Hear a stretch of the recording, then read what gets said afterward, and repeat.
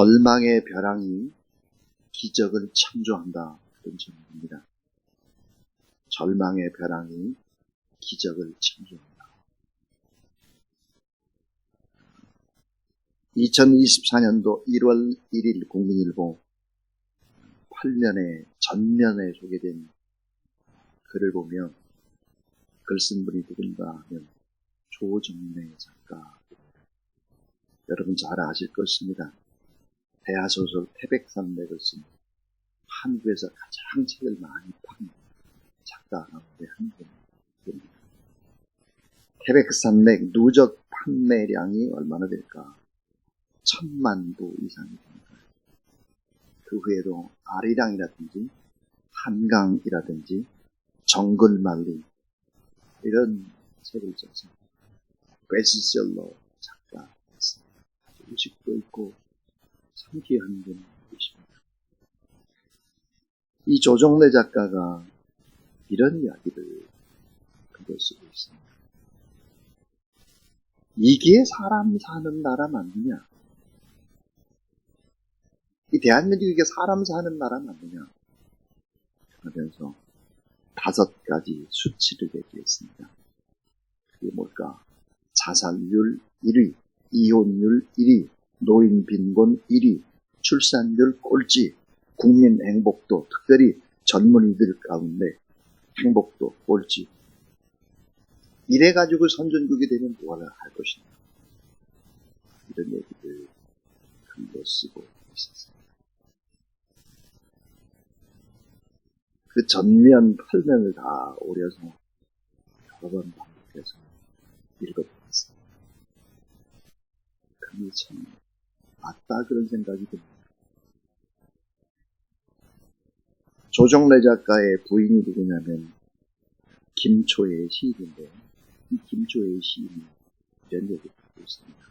조정래 작가에 대해서는 어떻게 생각을 하느냐. 100년에 한 번 나올까 말까 하는 작가. 나의 남편이기지. 그는 정말로 작가. 그런 얘기를 하고 있는 작가. 자, 어려움과 불안이 있지만 절대로 절망해서는 안 된다. 이것이 이제 이 조정래 작가의 마지막에 강조하는 얘기였습니다. 자, 어려움과 불안이 있지만 절대로 절망해서는 안 된다. 절망을 희망으로 바꾸는 역사, 그런 역사를 반드시 이루지 않는다. 이 노 작가의 이야기가 참 가슴에 와 닿았습니다. 절망의 벼랑.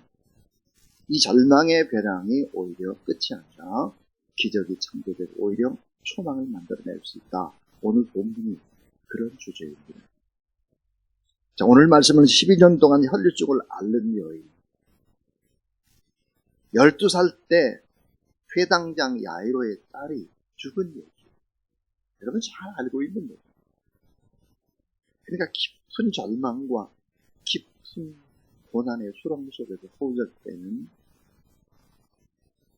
두 사건을 병치에 놓고 있습니다. 한 사건은 혈중을 앓는 여인이에요. 이방 여인이었거든요. 한 여인은 최고로 높은 회당장 야이로의 딸. 전혀 상황이 달라요. 삶의 배경이 다른데 절망은 똑같아요. 이 절망을 어떻게 극복해 나갈까 하는 것이죠. 이 고난과 절망 속에서 다시 찾은 생명의 사람들, 그 가능성을 제시하는 그런 믿음의 사람의 이야기가 오늘 본문에 펼쳐지고 있습니다. 오늘 본문을 보면서 저는 예수님이 우리에게 이런 질문을 던지고 있다고 스스로 생각을 해보았습니다. 너희는 믿음의 눈으로 고난과 절망의 그 너머에 있는 희망을 보고 있느냐? 아니면 지금 눈앞에 보이는 희망이 좀 눈앞에 있는 희망이 보이느냐? 아니면 눈앞에 보이는 가짜 희망, 그 가짜 희망만 보고 있지는 않아요. 이런 질문을 우리 주님께서 하고 계시는 부분이 아닐까 하는 생각이 들었습니다. 오늘 마가복음 5장 25절 26절에 보니까 12회를 혈루 쪽으로 안 나온 여자가 있어. 이렇게 있습니다. 많은 의사에게, 의사도 한두 명이 아니에요. 많은 의사에게 괴로움도 어때요? 많은 괴로움을 받았고 가진 것도 다 허비하였을 때 아무 효용이 없고 도리어 더 중하여졌던 차에 오늘 본문에 나오는 혈루증 여인의 삶이 얼마나 12년 동안 고단했는가라고 하는 것을 단적으로 표현해 주는 그 하나님의 말씀입니다. 자, 혈루증은 뭘까? 현대에 사용되는 의학용어로 만성자궁 유출입니다. 자, 이 만성자궁 유출을 앓는 사람들은 레위기 15장에 보니까 그의 삶이 너무 처참합니다. 거룩한 제단에 뿌려지는 피 이외의 다른 피는 모두 다 부정한 것으로 율법이 규정을 하죠. 이 부정한 여인, 이 여인을 사람들이 접촉해서는 안 되는 것입니다. 이게 얼마나 외로웠을까요? 이 여인이 눕는 침상도 부정하고 만진 모든 접촉하는 것들이 다 부정한 것으로 판단하는 것이 율법입니다. 그래서 거룩한 성전에 절대로 들어올 수 없는 여인 12년 동안 성전 그 뜰도 가까이 할 수 없었다. 엄청난 고독과 엄청난 시련과 엄청난 절망의 사람이죠. 이 고난과 절망의 연속, 사회적으로 철저히 고립되고 아무런 희망을 찾을 수 없었다. 가족도 친구도 어떤 사람들 그 곁에 떨어져 나가고 없었고 죽음을 방불하는 심정으로 예수 그리스도의 손을 잡고 예수님 앞으로 나오는 여인. 마침내 이 여인이 절망을 이기는 유일한 길, 희망으로 찾은 것입니다. 예수 그리스도의 옷자락을 만져본 것입니다. 내가 그분의 옷에 손을 대기만 해도 나을 텐데 그분이 만나면 내라는 소망, 예수 그리스도의 소망. 여러분들 이 세상을 의지하고 바라보고 살지 말고 이 소망 대신 예수 그리스도를 붙잡고 신년 벽에 성전에서 뜨겁게 기도하며 시작할 때 하나님이 여러분에게 있는 어두움이 떠나갈 뿐만 아니라 절망이 소망이 되고 오히려 고난이 축복으로 바뀌는 역사가 반드시 있게 되기를 주의 이름으로 축원합니다. 오늘 이 본문 속에서 주님이 주신 메시지가 뭘까? 참 중요한 메시지. 아주 평범한데 너무 중요한 거. 오늘 새벽에 우리가 어떤 마음으로 나와서 어떤 마음으로 하나님의 말씀을 받고 어떤 자세로 신앙생활을 하느냐, 그런 것들을 우리 깨워주는 아주 중요한 것입니다. 첫 번째는 자, 믿음의 눈은 떠밀려가는 자가 아니라 믿음으로 다가오는 자를 본다. 자, 믿음의 눈은 떠밀려가는 자가 아니라 믿음으로 다가오는 자를 본다. 누가 그럴까? 예수님이 보세요. 다른 사람이 막 예수님에게로 막 달려가니까 나도 그 사이 틈새에 떠밀려서 오는 것이 아니라 믿음으로 다가오는 그 한 사람이 예수님의 시선이 그렇다. 자, 12회를 알았던 이 여인이 군중을 뚫고 주님 앞으로 나가서 예수님의 옷에 손을 대는 일은 상상을 초월하는 어려움입니다. 온 동네 사람들이 그 여인을 부정하게 생각을 하기 때문이죠. 그리고 그 틈바구니 속을 헤치고 나가는 일은 무모한 모험입니다. 왜냐하면 성난 군중들이 돌팔매질을 할 수 있는 그런 상황이죠. 부정한 여인이 어디를 함부로 율법을 어겨 그리고는 죽일 수도 있는 거죠. 그러나 단 하나의 희망을 위해서 여인은 주저없이 결단하고 주님 앞으로 다가간 것입니다. 근데 그녀는 이미 예수 그리스도가 아니면 자신에게는 희망이 없다라고 하는 이런 생각을 품은 여인이 틀림없습니다. 그런 믿음의 눈으로 절망의 끝, 고난의 시면에서 그저 사라지는 대로 떠밀려오는 삶을 살지 않고 예수 그리스도를 만나기 위해서 다가오기 시작했다는 믿음으로. 오늘 여러분도 마찬가지입니다. 교회에서 새벽 부흥한다. 그러니까 억지로 의무적으로 내가 나갑니다. 그런 사람이 없죠. 정말 소망의 주님을 만나기 위해서 내가 믿음으로 가까이 주님 앞에 다가가기 시작하는 사람, 나오는 사람.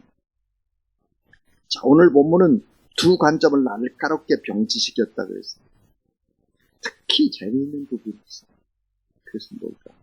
제자들이 보는 관점과 예수님의 시각이 너무 달랐다 하는 것입니다.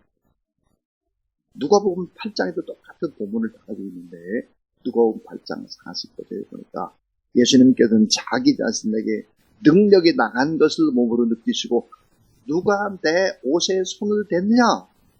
누가 내 옷에 손을 댔어? 이렇게 제자들에게 묻습니다.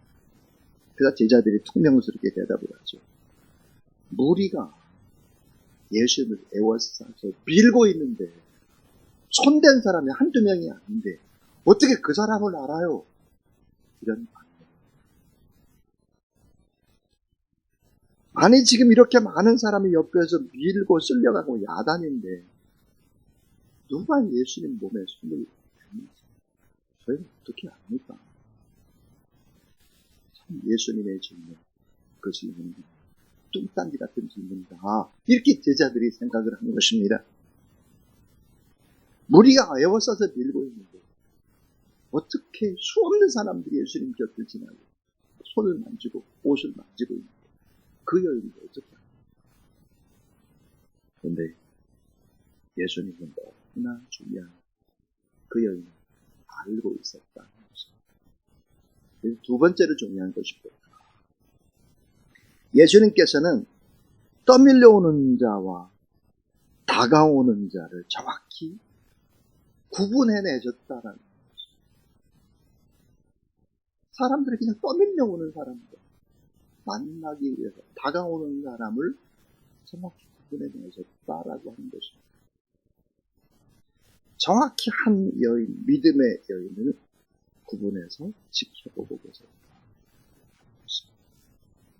철저한 절망 가운데 오직 하나의 희망을 바라보고 결단 끝에 다가오는 한 여인의 끝. 주 앞에 다가오는 한 사람을 주목해서 보고 계셨다. 우리 주님은 세상의 세파 속에 떠밀려가는 사람을 주목하지 않습니다.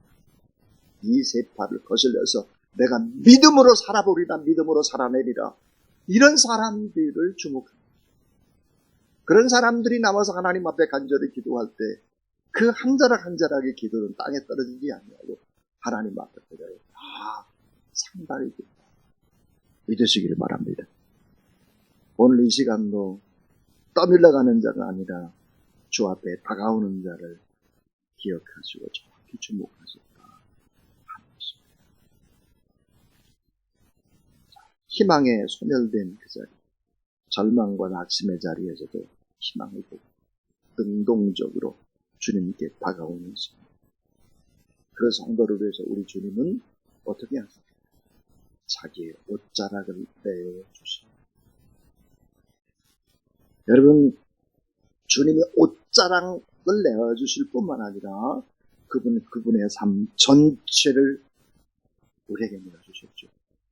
생명도 주셨고 능력도 주셨고 새 생명도 주셨고 새롭게 시작할 수 있는 은혜도 주시고 능력도 주시고 주님 앞에 부르짖을 때 응답의 축복도 반드시 주신다.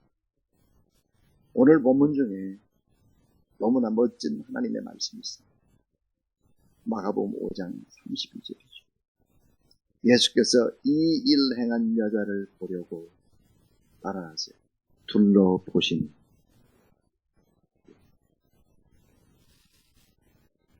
자, 예수님이 둘러보셨다. 예수님께서는 그렇게 주님 앞에 가까이 다가온 한 여자를 보고 둘러보셨다 했습니다. 다가온 한 여자를, 한 여인의 절망을 보았다. 한 여인의 희망에 목마른 것, 희망을 다치고 또 희망으로 다가온 그 여인을 주님 바라보면서 하는 것입니다.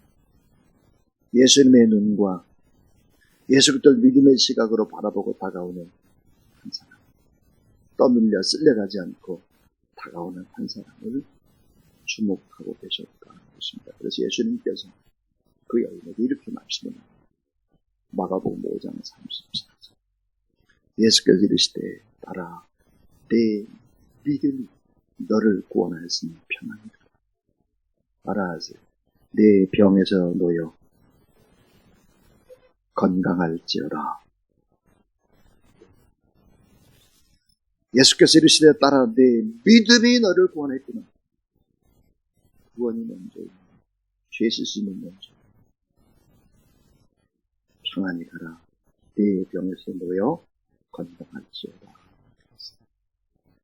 구원의 축복을 얻고 평안한 마음을 얻고 더불어 육체의 강건함도 다가오는 한 사람을 주목하십니다. 그분이 영과 혼과 육은 모든 전인적인 부분에 있어서 치유의 회복을 주시는 분이시다. 마지막 세 번째 결론은 이것입니다. 믿음의 눈은 절망을 보지 않고 일깨워야 할 희망을 본다. 예수님의 믿음의 눈은 해당장 야이로의 딸, 그 뒤에 이어진데 죽음을 보지 않습니다. 절망을 보지 않습니다. 일깨워야 할 희망을 본다. 회당장 야이로의 딸, 12살 먹은 딸이 죽었을 때 주님은 또 이런 말씀입니다.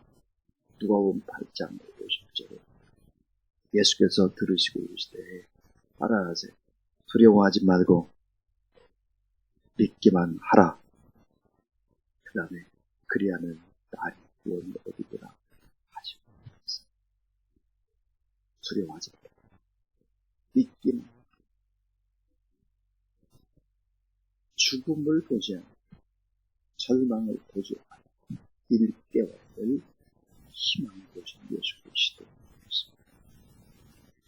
누가복음 8장 48절 예수께서 이르시되 따라 내 믿음이 너를 구원하였으니 평안히 가라 하시니라. 누가복음 8장 50절 예수께서 들으시고 이르시되 두려워하지 말고 믿기만 하라. 그리하면 딸이 구원을 얻으리라 하시고. 누가복음 8장 52절에 예수께서 이르시되 울지 마라. 죽은 것이 아니라 잔다 하시니 죽음조차 죽은 거 아니다. 다시 일어났다라는 희망. 12알을 혈류증으로 앓고 모든 것을 앓고 모든 것을 다 소진 재산도 소진되고 모든 의사들을 다 만나봤지만 안 됐다는 거예요. 예수 그리스도를 만나고 싶다라고 하는 희망을 가지고 있습니다. 예수 그리스도는 떠밀려 오는 자가 아니라 다가오는 자를 보십니다. 예수 그리스도는 떠밀려 오는 자와 다가오는 자를 정확하게 구분해 내줬을 뿐만 아니라 예수 그리스도의 보는 이를 깨어야 할 희망을 보고 살려야 될 희망을 보고 영과 혼과 육의 부정에 치유와 회복과 구원의 역사를 이렇게 가졌다. 결국은 절망의 벼랑, 이 기적 속에 예수 그리스도를 바라볼 수 있다면 기적은 반드시 일어날 수 있습니다. 대한민국이라는 정말로 이재명 민주당도 피살이 된 것을 가지고 얼마나 많은 얘기들이 오가는지 양편 진영이 막 싸우고 있죠. 이 모습을 보는 자로서 대한민국이 이러다 어찌 이 사회가 이런 사회가 되는 것은 아까워. 그렇게 해야 사람들이 진영 논리에 갇혀서 그렇게 하고 있습니다. 이게 사람 사는 사회 맞나? 이게 선진국 맞나?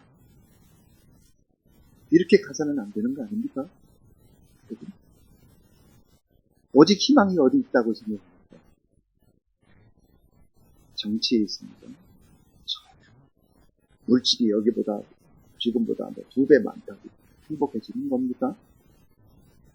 자, 정치, 경제, 사회, 문화, 그 어느 하나도 올바른 것이 없죠. 교회가 무엇입니까? 교회는 이 절망의 벼랑에서 희망을 볼 수 있는, 기적을 볼 수 있는 그런 자리죠. 우리의 영과 혼과 이게 깨끗하게 치유들이 회복되고 이곳에서 희망을 만들어내고 사람들이 이곳에 가서 다시 회복을 내는 그런 축복된 교회만이 희망입니다. 오늘 이 새벽도 하나님께 뜨겁게 간절히 기도하는 저와의 우리 모두 다 될 수 있기를 주의 이름으로 축원합니다. 488장 찬양하겠습니다.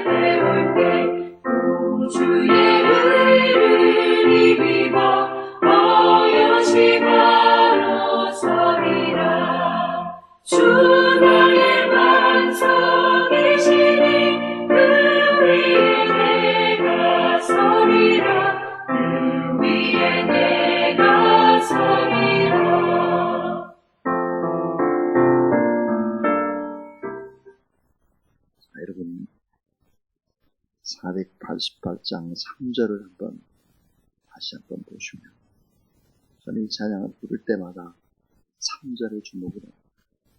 세상에 믿던 모든 것 끊어질 그날도 우리가 믿고 있는 것이 무엇입니까? 이거 다 끊어진 거야. 세상에 믿던 모든 것 끊어질 그날도 구주의 언약 믿사와 내 소망 더욱 크리. 우리를 사랑하시고 우리를 영원한 하나님의 인도하실 그 언약, 그 언약 믿사와 내 소망 더욱 크리. 주 나의 반석이시니 그 위에 내가 삽니다. 이 믿음 가지고 끝까지 주님 붙잡고 주님 희망을 살아가는 여러분이 희망을 만들어내면서 우리의 성도들이 희망을 만들어내면서 그렇게 살아가고 싶고 여러분 자신을 위해서 기도할 뿐만 아니라 아픈 우리의 성도들을 위해서 우리 기도해요. 저희 교회는 환우들이 많이 이 바로 건너편 이내가 되어서 지난주에 갔어요. 오늘 아마 아침에 사랑하는 아내 질병을 위해서 기도하는 남편이 왔습니다. 여러분 간절한 소망, 자녀들에 관한 문제라든지 질병의 문제 이런 문제를 가지고 간절히 뜨겁게 기도할 수 있기를 바랍니다. 어제보다는 더 많이 뜨겁게 하고 싶습니다. 다음 주부터 그렇게 많은 식구들이 만나서 부르짖을 수 있게 간절히 기도할 수 있게 이제는 우리 구주 예수 그리스도의 무한하신 은혜와 하나님의 사랑과 늘 희망을 우리에게 만들어주시고 광야 같은 길을 걸어갈 때에 소망의 여호와 우리 하나님 바라보며 나아갈 수 있도록 우리를 끄시는 성령 하나님의 거룩한 역사가 새벽에 나와서 하나님 앞에 기도 유튜브로 참여하고 기도 모든 성전을 찾는 하나님의 사람들 머리 위에 이제로부터 영원토록 함께하고 오시기를 간절히 축원하옵나이다. 아멘.